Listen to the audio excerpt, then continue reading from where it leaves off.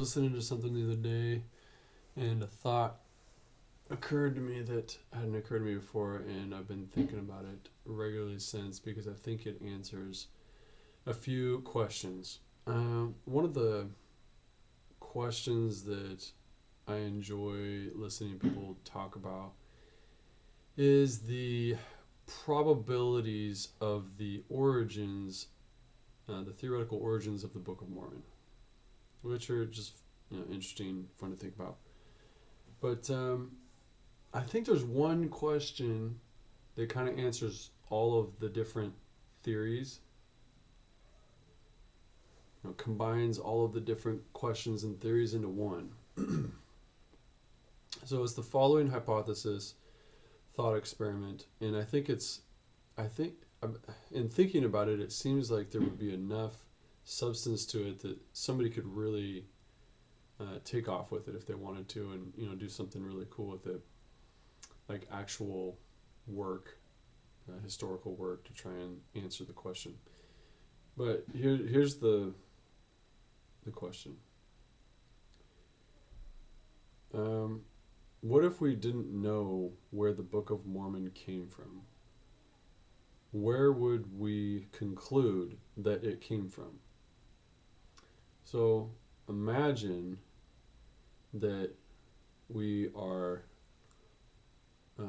maybe we're in Palmyra at an old library and we're digging through in the basement. We find one copy of a book called the Book of Mormon, and its print date is on there, 1830, and there's no modern names. So there's no names of Joseph Smith in it, Oliver Cowdery, Martin Harris, David Whitmer. Like none of the witnesses.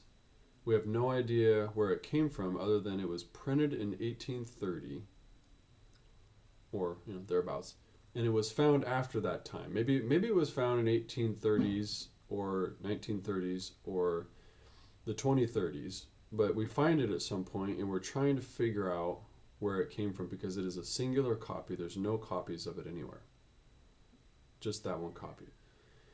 Where would we, as a people, and eventually I guess it would be the academic community, where would they conclude that the book came from?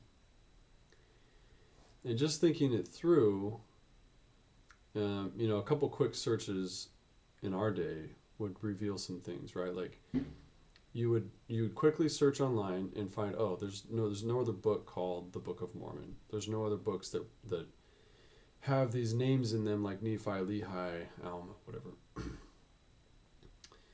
And so you'd quickly think, oh, this is an original.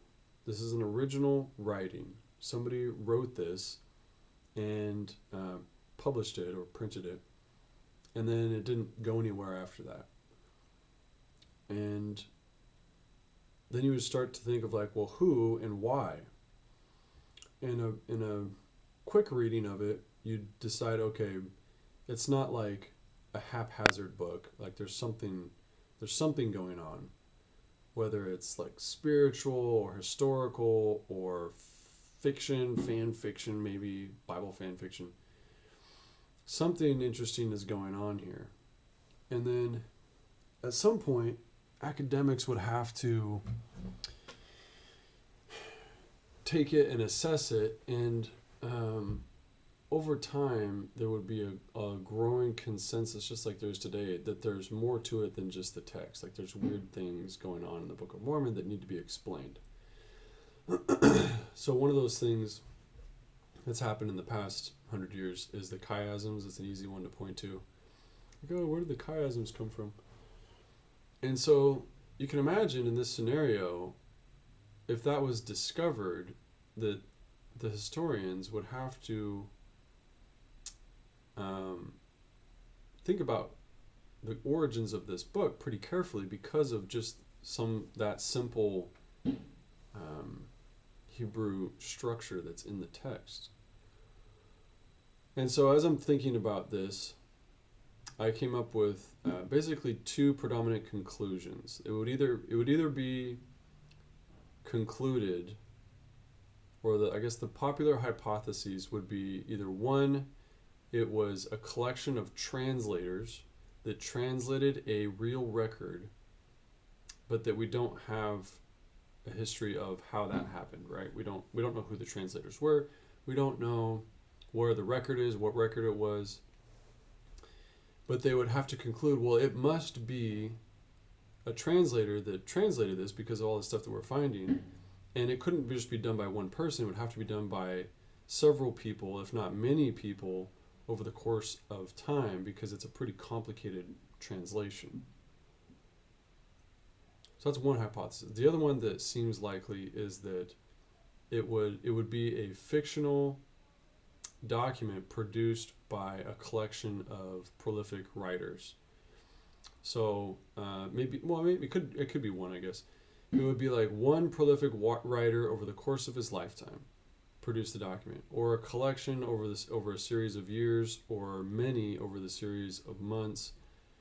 Editing and coming up with such an intricate document. And as I was thinking about this,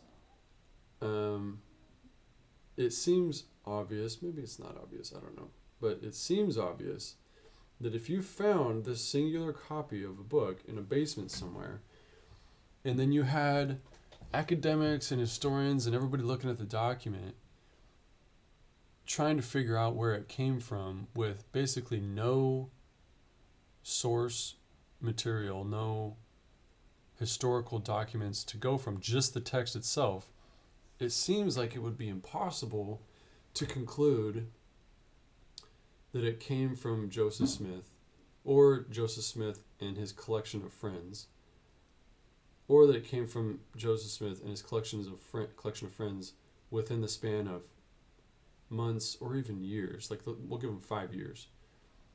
If it seems like if you took that thought experiment and you said, oh, okay, one of the possibilities that we would come up with is that Joseph Smith, who was in the area at the time and who had interest in the Bible and stuff, and who had friends like Sidney Rigdon and stuff that were, trained academically, he was probably likely the one who spent months, if not years, crafting this story, putting it into this book, and then printing it, and then, it never really went anywhere, but one copy got stashed in the basement of the Palmyra Library. Everything else must have been burned or lost or whatever. Like, that conclusion seems pretty far-fetched. And I'm learning to use AI, and so I thought, this would be a good experiment for AI. So I put together a couple of paragraphs of like the theoretical scenario that I wanted the AI to consider, exactly how I've presented it to you, basically how I've presented it to you. And I asked the AI to propose the origin, what we would conclude the origin to be based on that scenario. And the AI calculated.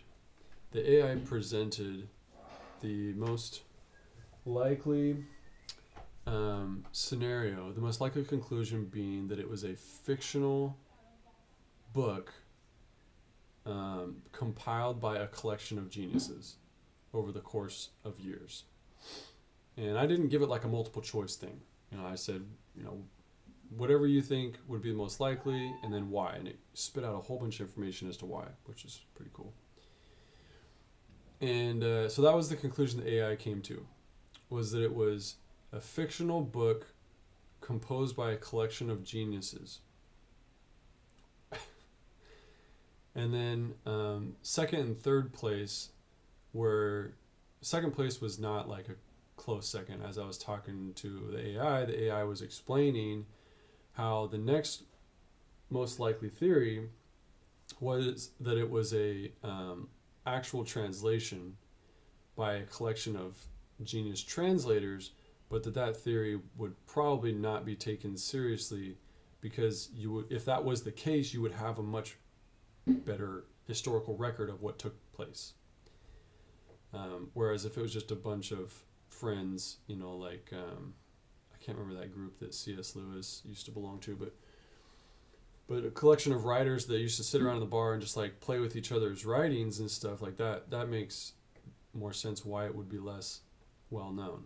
But if it's a bunch of professional translators translating an ancient document, that would most likely have a paper trail. And then there was a couple other theories that were put forth that were like pretty far out in left field, and the AI knew it. The AI presented them as possible theories, but that wouldn't be taken seriously because academics and the field of historical academia would not approve of such left field theories. So anyway, it's so interesting to me because if you take that question seriously, it seems like it just wipes out all of the other questions. It just obliterates them. Like, there's people that believe that Joseph Smith wrote the book with his friends. But if we didn't know the book came from Joseph Smith, we would never conclude that he wrote it with his friends, because the book is much more complicated and intricate than Joseph Smith and his friends. It's much more complicated than Joseph Smith and their friends and all of the literature available to them at the time. And then people talk about, maybe Joseph Smith had access to an ancient book and he was using the book to kind of fill in the gaps of the Book of Mormon, like he was copying apocryphal stuff or whatever. Like, even if that was the case, he'd have to be a prolific translator or have a group of prolific translators. It's not like he's gonna do that whole work on his own, even if he has years to do it. At least with what we know of Joseph Smith, which was that he was not. His skills were limited in that area.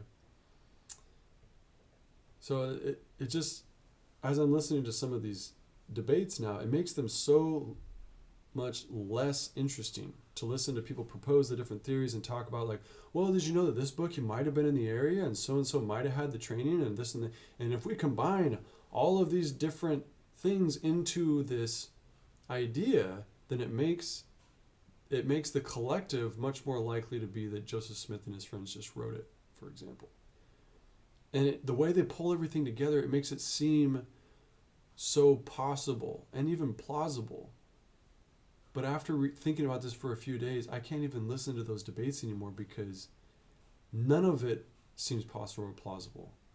None of the explanations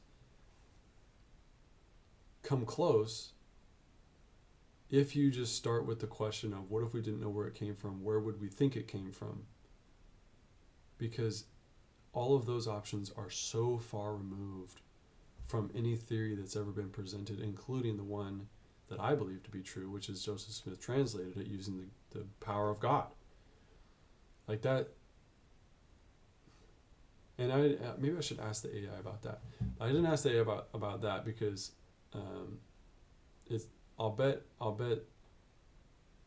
it would have to, if you weighed out the probabilities and plausibilities of all of the different theories, including Joseph Smith being a prophet, which one is most probable of all the different theories? The most probable thing, like the one that actually explains what happened the best, is that Joseph Smith was a prophet. Because if he wasn't a prophet and you're trying to hold up all of these other theories, you have to come up with so much thin theoretical gymnastics. Like it's just mental gymnastics trying to figure this all out. All right, so that's been fun to think about. Maybe it's interesting. So if anybody knows of anybody that's actually put some work into that, developing that, I'd be super curious to know, because I think it's a question to answer all questions with regard to the origin of the Book of Mormon.